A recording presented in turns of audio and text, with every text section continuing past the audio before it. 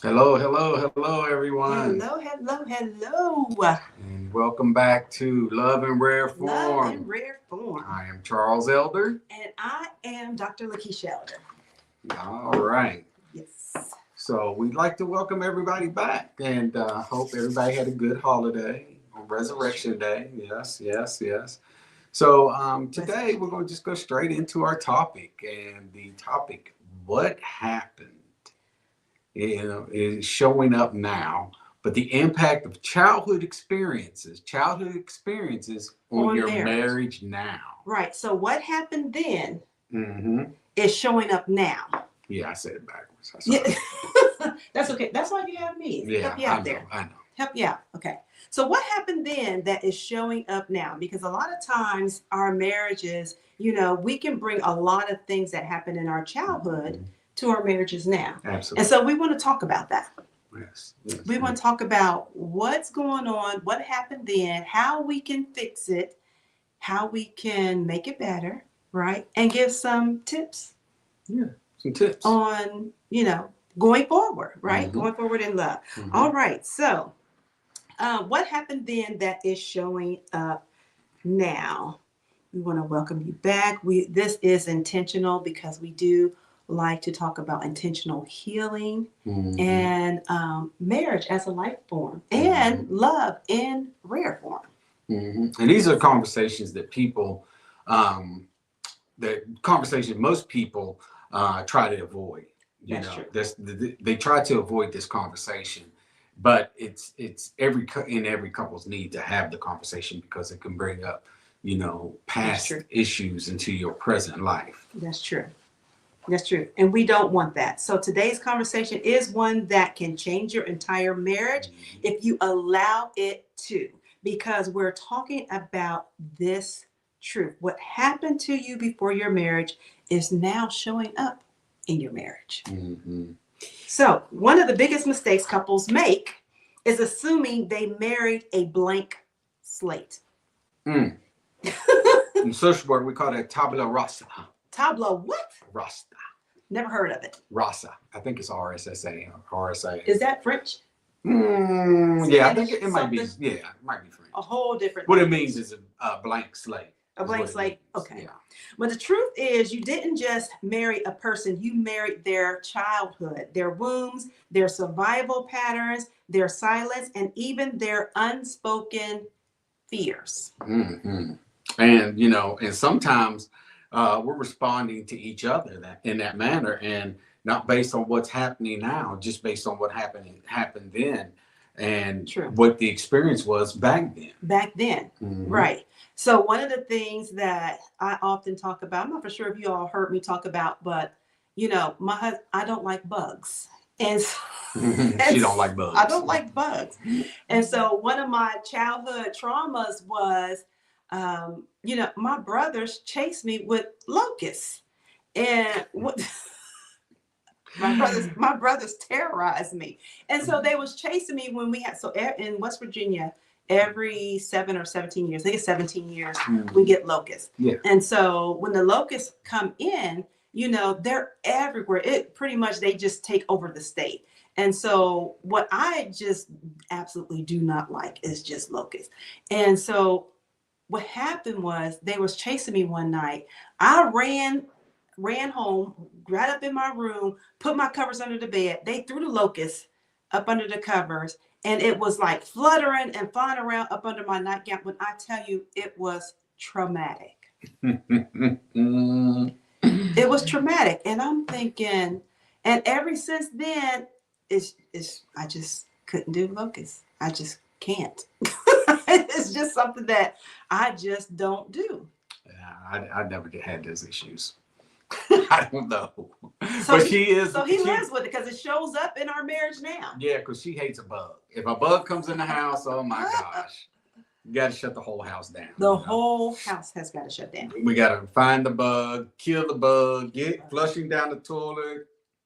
All that. Or take him out the house. One of the three things. She does not like bugs. Not at all. Even like when we go on, vacation and stuff, she'll see a gecko or a lizard or something, and she don't spaz out, but she's gotten better over the years, and You think so? yeah, I I'm think glad she you has. said that. I'm glad. I'm working on it. Yeah, she's gotten better over the years. She's Working gotten on better over the years. Woo. Now there's mosquitoes. Mosquitoes, she's bite. not. Yeah, she don't do mosquitoes. Ladybugs, no. She'll jump out the car if a ladybug got on her. It's them locusts. I'm trying to tell y'all. Man, they're ugly and scary though. They are. It's just like they're everywhere. They're mean rascals. But anyways, let's move forward. Let's move forward. Okay, so discussion. So what was love modeled like in your home growing up? And so I guess we could talk about that because love was modeled in our home. You know, I have both my parents, and you know, it was traditional home because my mom always kept the house. My dad always took care of the family. One of the things I absolutely loved about my dad is that even though he was my stepdad and we knew who our real father was, one of the things he always talked about is that before you ask anybody else for anything, make sure you come to me because, you know, he was the head of the household and he loved us that much to say, hey, listen, I'm in your life for a reason. It's not just about your mom. I love her, but I love you all too. And I'm here to take care of your needs as well. So that has always stuck with me. So whenever we get into situations, it's like, I know my dad is there. Yeah. And that's true. That's true. You know, just to be that leader and leader in the home and being that example of always working and that work ethic. Yes. To take care of the family. Yes, he does. Absolutely.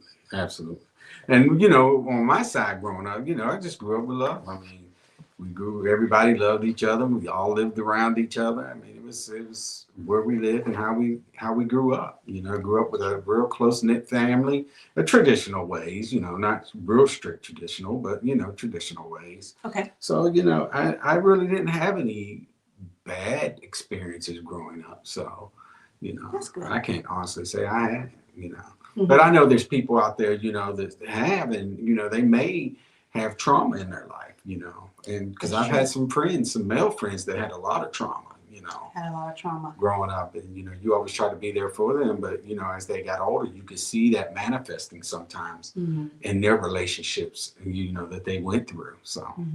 And so, did they have love that showed up? Yeah, they had love. They had love as well. But, you know, again, it's the different types of love, you know. That's true. It's the different types of discipline, you know. Agreed. So Agreed.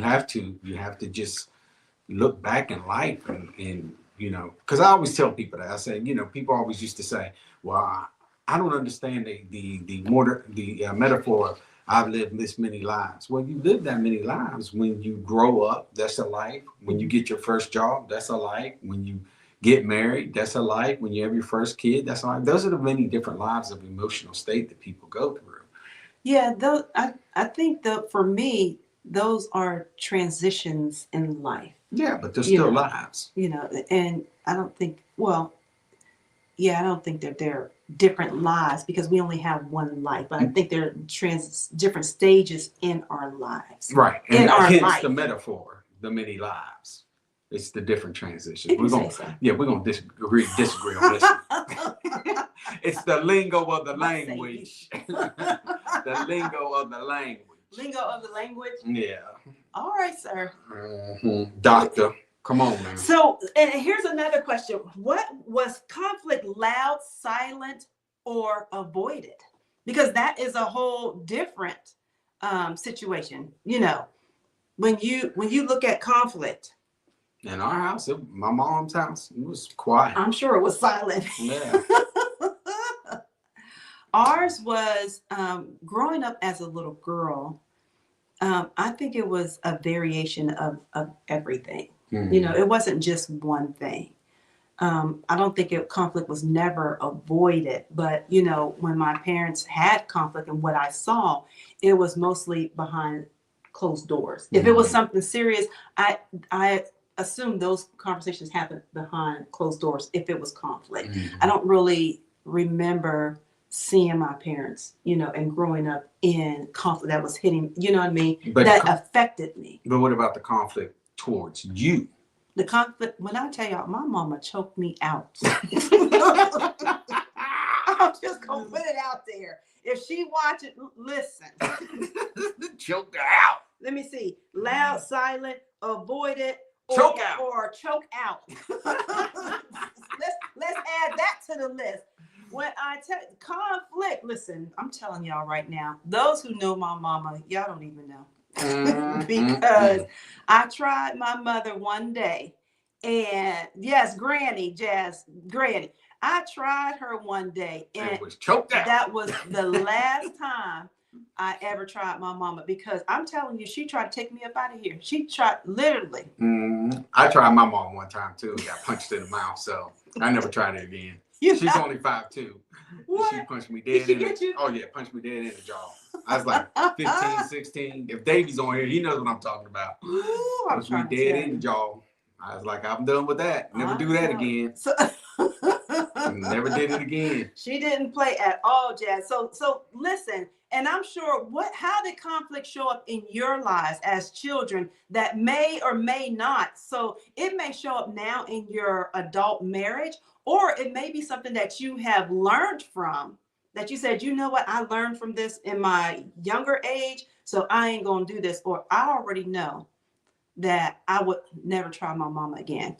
And that is one thing I tell my sons, don't try me. Mm-hmm. Don't try me. Mm-hmm. They already know.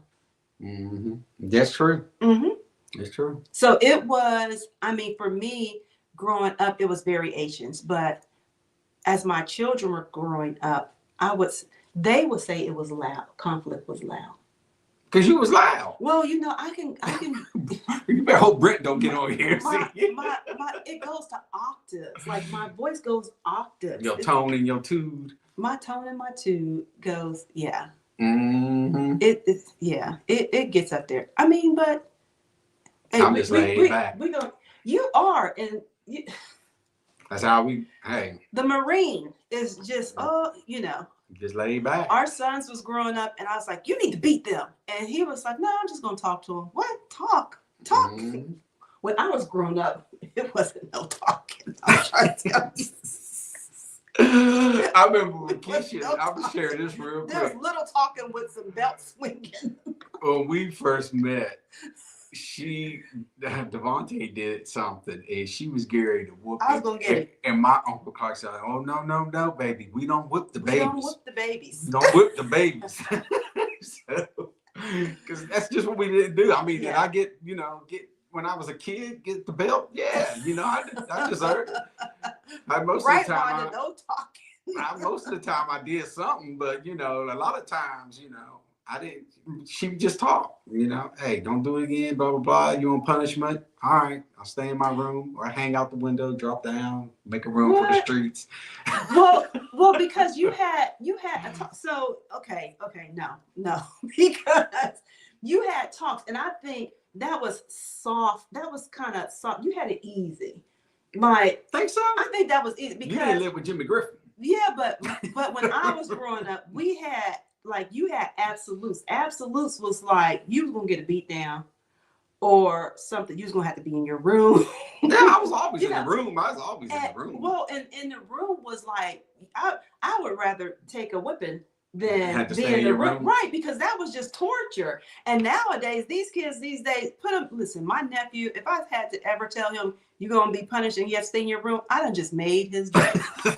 Showing up there. Because he don't care. He don't be bothered anyway, right? He don't be bothered. Look, you put him on punishment like that, you just made it that quick. Now you tell him this punishment, go out there and cut that grass, boy. His lip is on the ground. It's a whole nother story.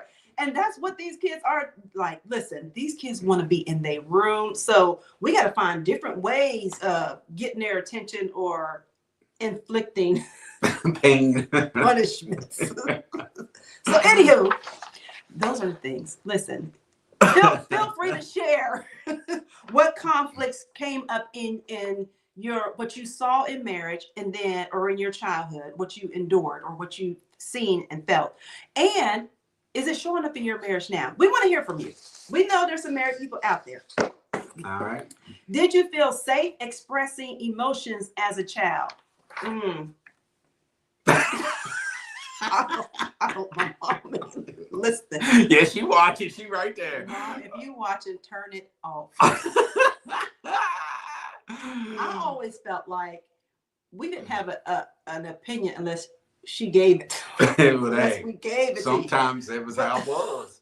Well, because parents back then, they were more strict, and I think we learned a lot more, and we learned a lot more structure and manners then. Nowadays, parents are more soft, and it's just like, oh yeah, do what you want to do. Like, absolutely, we ain't doing that. Absolutely. And so I think those lessons were for a reason, because they made us who we are today, and it built character in us. I think that's all I'm gonna say. I think too. I got beat. You know, for those, and I'm going to say this on the side, for those that weren't able to express themselves, you know, that sometimes can put you in an oppressive state. So when you do need to speak up, or if you're in a relationship that someone is dominant over you, that a male or female, that they're not going to speak. And that is very, very unhealthy in a relationship, because everybody should be able to express their opinion and be able to share what they feel. Yes. And you're right, Rhonda. It built character. And everyone should be able to. I mean, we learn as we grow, you know. Absolutely. Because as parents, you know, I'm sure the doctors I was just having this conversation today. You know, the doctor, they just give you your child. They don't know what type of parent you're going to be. And parents, we do the best we can. You know, there's a lot of great lessons and nuggets that I learned from my parents, but they were harsh lessons, and they were absolutes. But they built who I am today, as far as building character, and building structure, and building, you know, integrity. Absolutely. And being accountable. That's all I'm saying. That's all you're saying? So your choke out was good? I mean, I don't know if it was good. You know, me and the Lord are still talking about that. I know my mother-in-law. I know you ain't choked her out. Yeah, right. Ask her. She'll tell you all about it.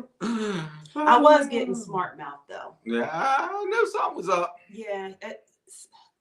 All right, let's move to the next topic. Moving on.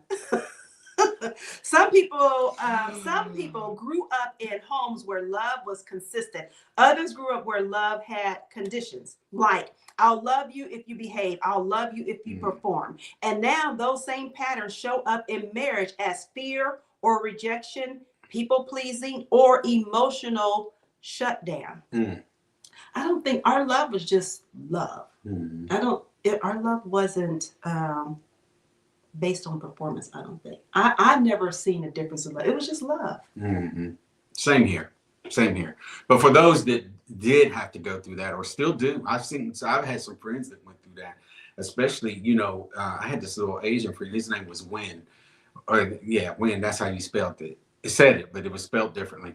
And man, if he didn't do what his dad taught him, it was tough, man. I felt bad for him, because he had to have that standard, and it was so much pressure on him, and structure and discipline. Yeah, and just his grades alone, it was just a lot on him. Woo, we don't even talk about grades. I would have definitely. Yeah, look, he you know, he was a good guy, and I remember him vividly, and it was a lot on him. It was a lot, but you know, he had to perform. That was his way of performing. Oh, wow. So we have comments. So Rhonda says, mowing grass, cleaning the house, take care of your siblings, and you better have good grades.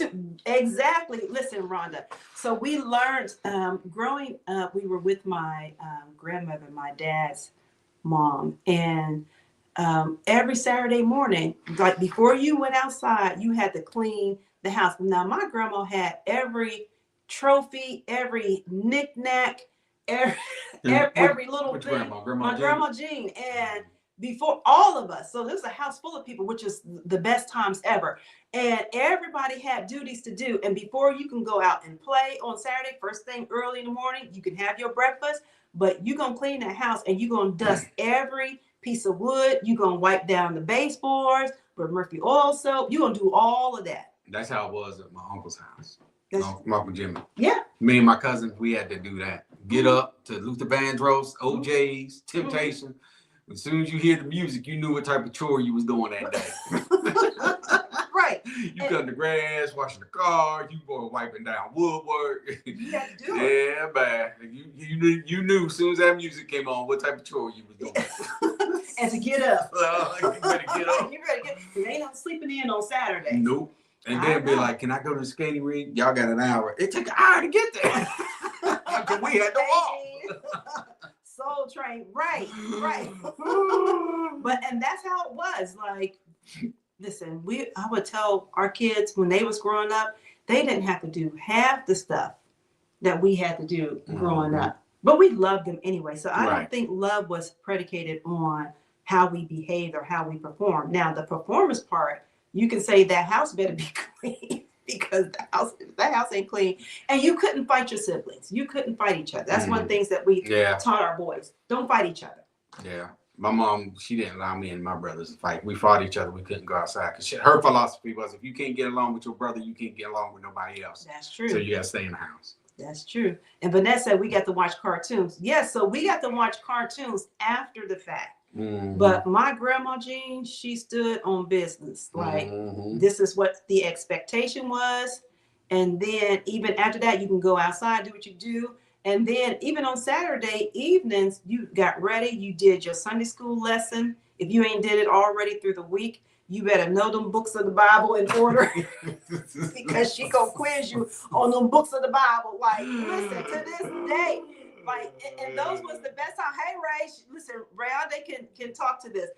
We had some good times at my grandma's house, but there was a lot of us, and we was all on top of each other. But it was family, and that's where my best stories come from. Just family.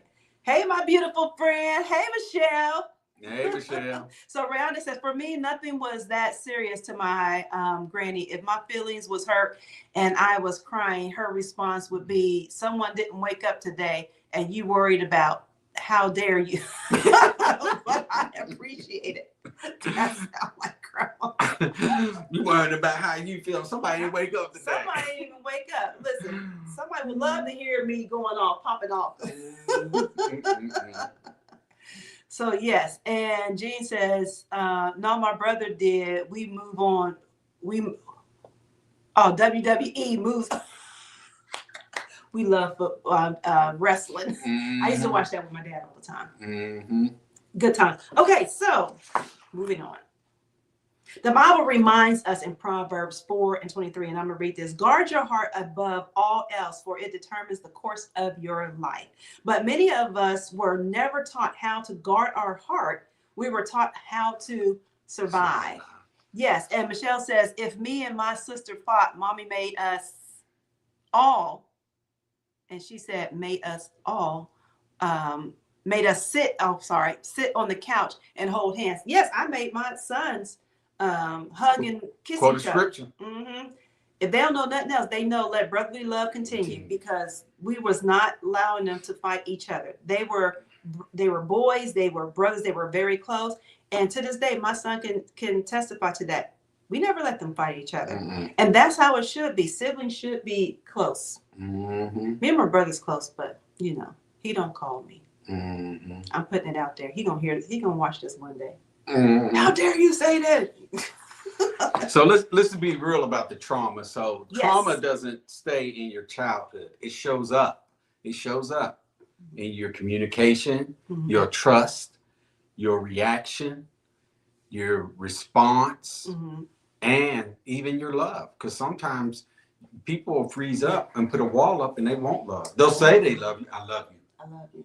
But it'd be so cold. Yeah. And it's not true love. And they don't know how to. Yeah, because of the trauma. Because of the trauma, and because love wasn't given to them the right way. Or like their childhood and their innocence was violated. Was taken. And even as they grow as adults, even if they do get into relationships, sometimes, even us as adults, in our subconscious, something may trigger and we will do a response. And Keisha sometimes will be like, thank you, Michelle. She'll be like, where'd that come from? Or I'll tell her, you're acting kind of different. What's going on? And we'll talk about it. communication. But I also be like, did this, something that happens, and then when she used to tell me, she said, "You always psychoanalyzing me. You always psychoanalyzing me," because I'm a social worker by trade. But the and fact, he'll say, "What do you mean by that? How does that make you feel?" First of all, he ain't Dr. Phil. I am. I'm Dr. Charles. Psychoanalyzing me. Gene, I get her every time. Psychoanalyzing me. I tell you. But for real, we want to make sure that if anybody has ever been hurt, in their past, and it's starting to surface in your marriage, please seek counseling. That's the first and the most important thing. Seek counseling. And if you don't want to seek counseling, at least talk to your spouse. Talk to your spouse. That's the most important thing. Because when you talk about love, when we're trying to guard our heart and all that, and I want to go back to that, we are taught to some children today. I know some children to this day, they're in environments that they really don't want to be in, but they know how to survive. And right now they're just surviving their environment. And so we've got to be mindful of what will that look like if this person got married, and how would that be taken into their marriage. And that's some of us, we survived some things, but then did we carry some things in whether we brought it into our relationships, in our marriages, or maybe we brought it into our adult lives and it's manifesting when we're at work and we're triggered. That's a good one right there. If it happens at work, what happens? Absolutely. And so we have to be mindful of, where people come from and their backgrounds and stuff, and just love them where they are, and try to understand that everybody don't have the same background. Everybody is bringing something to their adulthood. And most trauma and most issues that happen in adulthood happened when you were a child. It just resurfaces. Just resurfaces. Okay. Agreed. Where are we at? Oh, okay. Examples. So examples of how it shows up. So let's go through some of those. Overreacting to small issues because it feels bigger internally. Why are you looking at me? Carl. Don't do it. Don't do it. Sometimes, Unfortunately, some people don't know love. And that's true. They don't. They know survival. They know survival. They know connection. They probably know how to be a good person, but do they know how to be a good boyfriend, a good husband? And same thing as the women. They know how to be a good roommate, but do they know how to be a good wife, a good fiance, and all of that? So it shows up. Some people just don't know how to love because they've never been given genuine love. That's when someone's in that abusive, mentally and physically relationship, and they're not taught love, because the first love is Jesus, the first prime example. And if they're not taught that, and they, been discouraged against that, then that is very hard for a person's psyche to wrap around and to comprehend. Okay, well, this man, you say this person died for me, but I never even met him. Well, the key thing is we work on faith, and we walk on faith, and we walk on the truth that he did die. He was here, and he did love us enough. He did love us. So try to focus on that. But again, the traumatic state of a child moving forward, they say children are resilient. They are, but that damaged psyche is still there. And it just goes repaired. Exactly, and it needs to be repaired. Another example of how it shows up is fear of abandonment. So it's clinginess or control.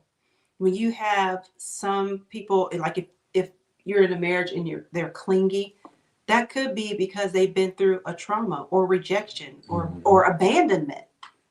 Could be in a house with a father and a mother and still have abandonment if they're not there, if they're not showing love to the child, if they're not supporting the child. That's still abandonment, even though they're physically there. Yep. Emotional withdrawal, shutting down. I see a lot of kids do that now. A lot of kids they shut down, And not only do they shut down, but then they slump, like they slump into themselves. Mhm. And so whenever you see a child that slumps into themselves, that means that someone has been, either physically abusive to them, verbally abusive to them, or both. And sometimes the verbal abusive and mental abuse is worse, way worse than the physical abuse. Mhm. And that can show up in adulthood, in marriages. That's something that we can carry in our marriages too, because then we're clingy to where, don't hurt me. Somebody said something. Yes, Lord, right. Wanda, yes. Burnett, been there, done that. Absolutely. Unfortunately, yes. And that's what it is. This is where we are in life. So another one, difficulty trusting, even when your spouse is trustworthy. Woo, that's self-sabotage. Yeah. That right there. Self-sabotage. That right there it's not really even self-sabotage. I think it's just, when you get into a relationship, especially someone that is controlling, they lead into it. They'll show you, because when they start questioning every movement that you make, Yes. Where are you going? What are you doing? So like in me and Keisha's beginning of our relationship, I used to do that to her, but there was a reason, because my uncle always taught me growing up, wherever you leave, you go somewhere, you let somebody know where you're at. This is before social media. So that way, like if something happened, I could reach her and let her know. So when we first started dating, I would always be like, hey, where you going? She'd be telling me, I say, all right, well, here's a number. Call me at this number. Let me know you got there. Say, you're controlling me. No, I'm not. I'm just looking out for your safety, because if you don't get there, you tell me you're going down the street and I don't hear from you until tomorrow, or don't hear from you, then something could have happened. So then I would always worry about her. But, it was never control. And I told her that. I said, it's not control. It's just making sure you're safe. And even with the boys, when, growing up, I always tell them, look, you better tell me where you're at. And you better be where you're at. You say you're at that park, and I come over and you ain't at that park, we got problems, Problems. So. Just being aware. I think that was a safety mechanism. Yeah, absolutely. But then when it's control, was like, why are you going to the store? What you getting at the store? Mm-hmm. How much you spending at the store? Mm-hmm. Pick this up at the store. That's a control that you can't have. Yes. And so we're gonna say, I'm gonna make a statement. Your spouse may have not created all your triggers, but they may activate them. Now, I want y'all to come into the room. What do y'all think about your spouse, or someone may not have created all your triggers, but they know how to activate them? I'm just saying. What?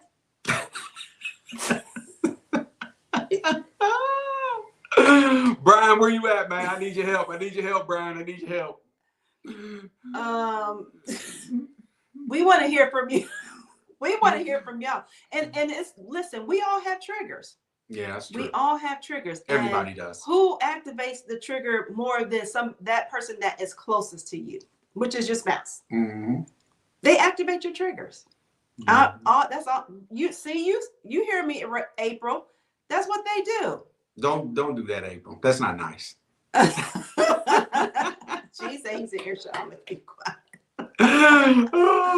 Right, and they do, and so sometimes they, like my husband loves to just pick. that is his joy in life, and so all day I feel like all my life I had to because he picks all day, and it's just and he gets a kick out of just picking, and and then after he done agitated me, then he'll just bust out in a song, and I'm thinking, what are you doing?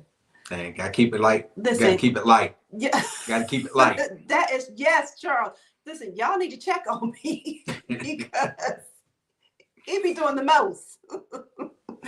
And so he just, and I don't know if that is his love language. He does not take life all that serious. And I guess maybe he thinks I'm too serious. But, she is. But he does. And she's too serious, y'all. Sometimes I just gotta I just got to make her laugh and pick until she just gets so frustrated. And then I'll be like, all right, let's go get some ice cream. Or I'll start singing or doing something. But yeah, she gets too serious sometimes. Or I'll move stuff around because she's got OCD. I'll start moving stuff around. Which agitates me even more. Wanda. Listen, y'all have got to come down here so that we can get together. But, and that's what it is. You know, there are triggers. I have triggers. He has triggers. What's my trigger? I don't know what they are. Well, a couple of them. You do have triggers because you your trigger is you don't like when I go into my office, like when I'm agitated. And your triggers is you don't like to be blamed for stuff that I ain't do. Don't blame me for something I ain't do. That ain't a trigger. That's a set off. That's that movie, Set It Off. Don't blame me for something I didn't do. If I didn't do it, don't blame me for it. If I did it, I'll claim it. Yeah. Don't blame me for something I didn't do. Wanda said you walked in at the wrong time. Wanda, we gotta talk. Brandon said, I believe it's my job to protect my husband. I don't want to be the person that causes him to have a bad day. Charles plays with you to change your mood. It's all love. Listen, it definitely all is the time. All love because there's not a dull moment in this house. It really isn't because he just be doing the most. And you know, my mom's with us now, so I pick with her too. He picks, yes. So there's two of us that he's picking with, and our nephew is with us. So then, I get him all the time. Then he beats up on my. It's like I get him all the time. We don't know. We don't blame me if I don't do it right. Mm-hmm. Right. So that's what it is. So listen, watch your triggers in your marriage because it could be something that is from your childhood and not really your spouse. Mm-hmm. Think about that. Marriage is not just a union, it's an invitation to heal. Mm-hmm. It is. It really is. I mean, and even if you're not married, but if you're in a relationship and you're going down that road, or even if you have relationships with another opposite sex, or even if you have friends in relationships with when you have, girlfriends and male friends or whatever, if you have good, healthy relationships, those are opportunities where people can help you heal. Because you never know who's been through what you're going through or what you have been through. Exactly. And you can always share your stories. And that's a key thing. Yes. Communication and stories. Absolutely. So let's talk about some key teaching points. Key teaching points. Awareness before blame. Mm-hmm. You can't heal what you won't acknowledge. Ask yourself, why did that hurt me so deeply? Mm-hmm. What does this remind me of? Mm-hmm. Why did that hurt me so deeply? Why did that hurt me so deeply? And what does it remind me of? Yeah. Because if something is hurting you deeply, especially if you're dealing with a childhood trauma or your spouse done triggered something, then you've got to do some self-reflection before reacting. Why did that bother me? Why did that hurt so deeply? Mm-hmm. Because it could be not them per se, but it could be something that you're dealing with that you've never healed from. Mm-hmm.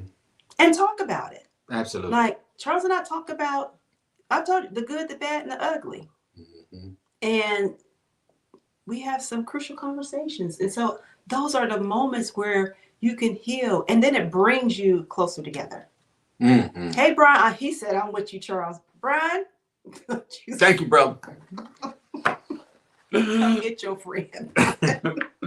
So next one is stop making your spouse pay for someone else's actions. Woo! Your husband is not your father and your wife is not your mother. That's true.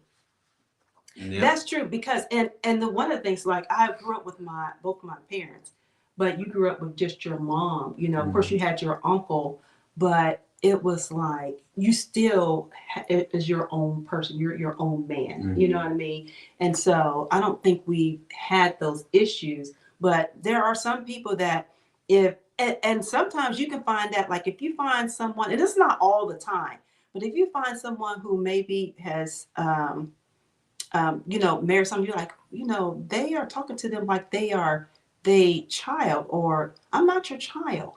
I I'm have your spouse. I have a mother, I have a father, I'm your spouse. Mm-hmm. So let's not do that. Mm-hmm. Yeah, I agree with that 100%. Yeah. Mm-hmm. Create a safe space for each other. Your marriage should be the place where healing happens, not where wounds deepen. Ooh. Speak on that, doctor. I want you to speak on that one, because that's a good one. Where healing happens. Yes, because I mean, I've never been married before, but I think for me, healing happened because when you and I got married, I was already dealing with rejection because I had 2 kids out of wedlock. Mm-hmm. And so it was always, okay, waiting for the bottom to fall out. Mm-hmm. And when you came into my life and the boy, you was there. Mm-hmm. And you made sure that I didn't have to worry about if you were going to leave or not. Mm-hmm. And stuff. And so that started the healing process because I trusted you. Mm-hmm. And you were the man that showed me that I could trust. So healing. So healing. So she's my GPS, Brian. So those wounds began to just fade away and heal. Right. And so I think that was, because I prayed for you. Mm. And so I think God gave me what I prayed for, and it was truly, He will give you what you pray for. My saving grace. Mm. I appreciate that. Thank you, baby. I appreciate that. That made me all Google. Oh, what? Google it. But honestly, healing does happen because, when I met Keisha, I had been married twice before. If people didn't know that, they do now. I was married twice before, and I wasn't going to get married again. And, we decided, we talked about it, and, did we have issues? Yes. But I knew from experience where I wanted to be, and what needed to be done. I've always been a person. I've tried to be a person of good character, but I've always loved unconditionally. For sure. Unconditionally. For sure. So, because that's how I grew up. My mom loved me unconditionally. My uncle, my family, my cousins, my aunts, everybody. We were all loved unconditionally.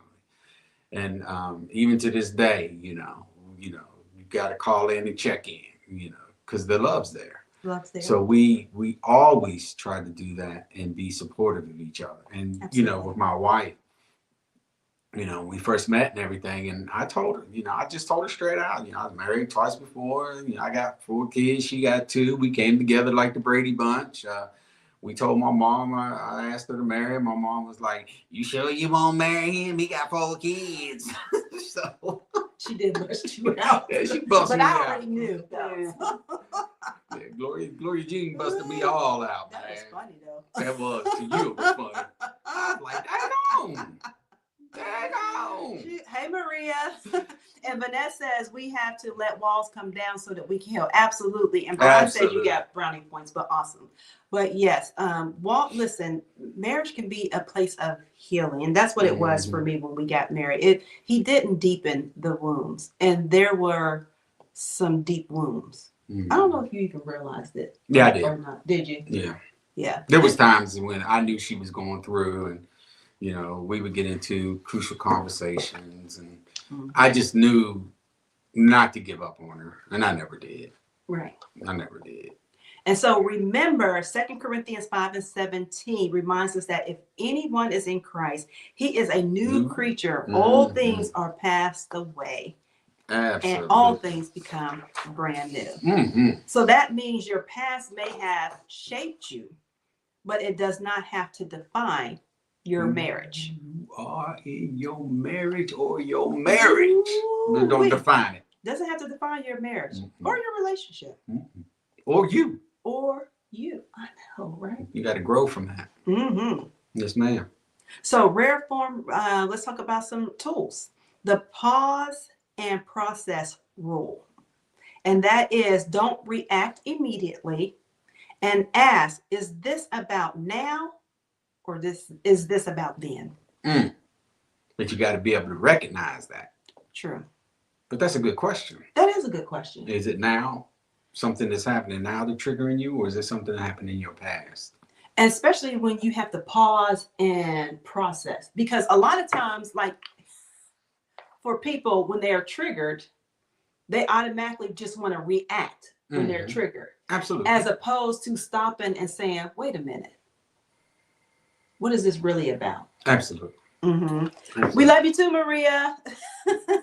and so that, I think that pause and process rule is very good. The tell me your story exercise. Maria, what's happening? Girl, God, you see I'm on now. I got these glasses on. So the tell me your story exercise. Sit down and share childhood experiences intentionally.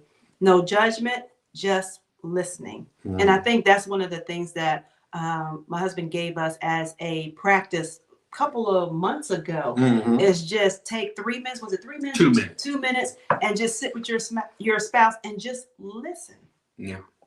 It's a hard thing to do. Just without interrupting, right? Yeah. Just don't listen. interrupt. Just 2 minutes. Just sit there, let that person talk to you, and you give them your undivided attention without interrupting. You don't interrupt them. Please don't interrupt them, because that means you're not listening to them. If you interrupt them, don't do that. That's true. Hey, Lamont. And then the trigger language shift. Instead of you always say, this made me feel like when I was younger. This made me feel like when I was younger. I went through this. I went through this. We had some great conversations, I think, earlier in our marriage. I think a lot more conversations showed up earlier in our marriage than they do now. Right. Because I think we pretty much divested everything. But every once in a while, things will come up. Like my husband, I was just at a funeral with him. Someone in his family passed away. And so they started sharing stories, and then he started sharing stories. And I'm thinking, what? Why ain't never heard this? It's been 27 years we've been married. And it's the first time I'm hearing this story. So you always find some more depth to the childhood when you're married. So use that as time to just kind of shift and reflect and process and pause. Absolutely. Yes. Absolutely. All right. So your marriage is not meant to be a battlefield of past pain. It's meant to be a place of restoration. Woo-wee.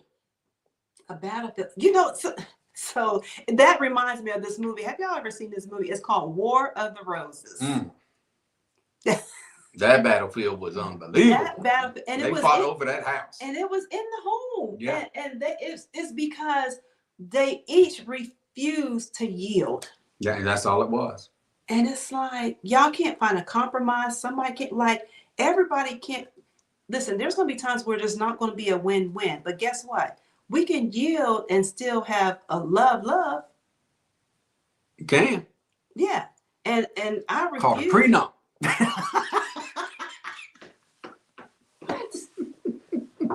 I'm joking. You don't even have a prenup. What is wrong with you? I'm messing, Rhonda. Don't you start. I'm messing. Prenup. What the world? But yes, what she was saying is true. That was a battlefield, and you don't want to ever have that type of battlefield in your home. It was crazy. You know, they literally died in the home that they was fighting over. Yes, and it was a good movie, but it just showed how your home, because your marriage is a battlefield, their home became a literal battlefield. And we don't want that. We want our marriages to be a place of restoration. Absolutely. And our homes. If we can't restore at home, where can we restore at? That was definitely a war between them two. Right. Wanda, I'm sure you saw that movie. It was crazy. War of the Roses. If y'all get a chance to watch it. War of the Roses.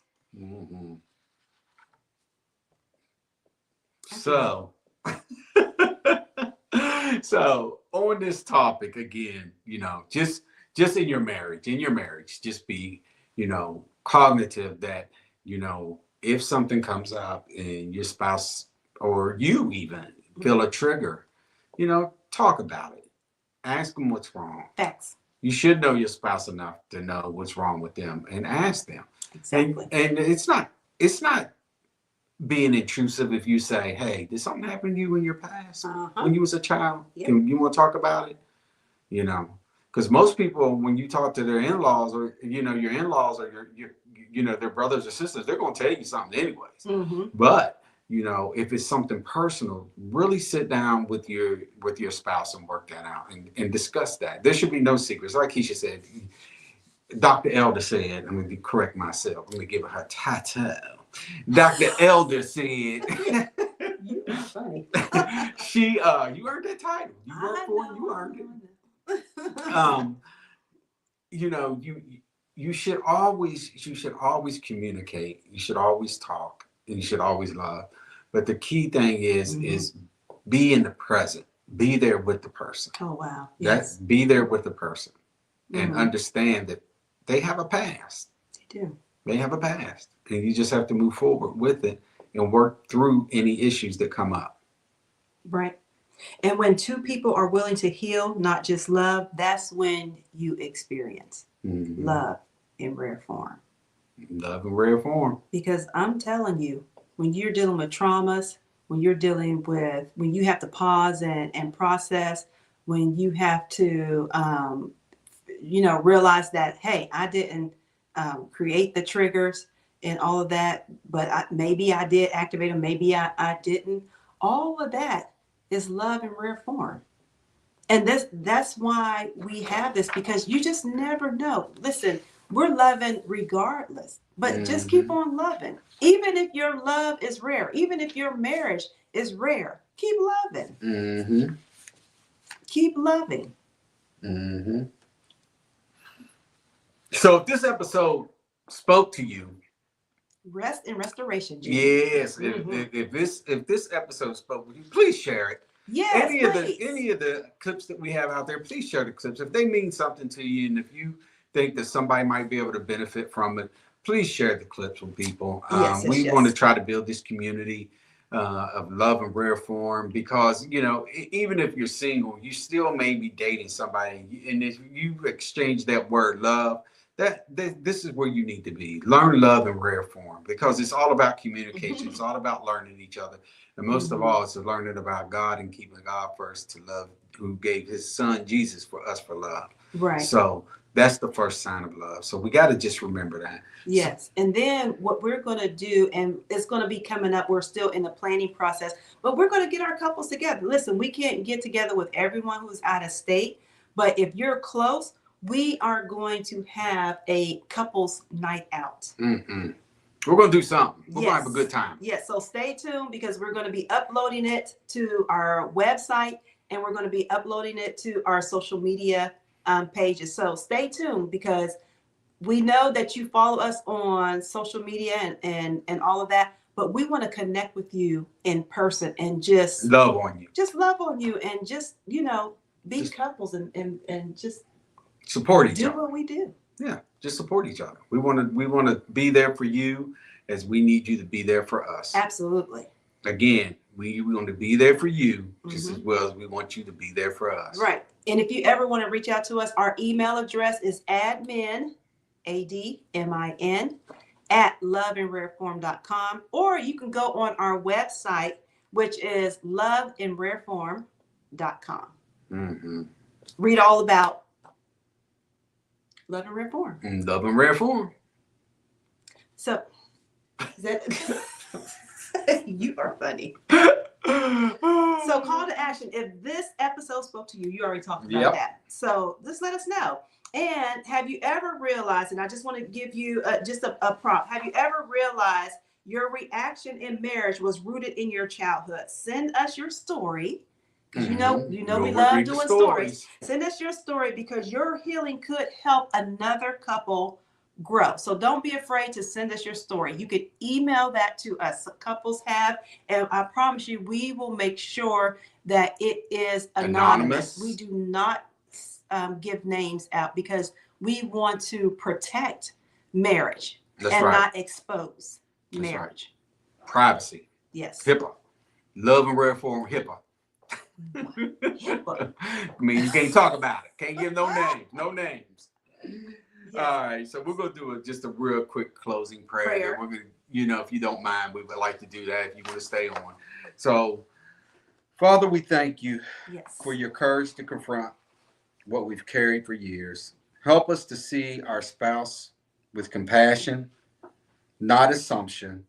Heal the wounds we've buried, and teach us to love from a place of wholeness, not hurt. Let our marriage be a safe place, a healing place, and a reflection of your love. In Jesus' name, amen. So listen, have a great evening, the rest of your day. Enjoy yourselves. Thank you for being on with us in Love and Rare Form with Dr. Elder, Lakeisha Elder, and Mr. Charles Elder. As my uncle said, Mr. Charles.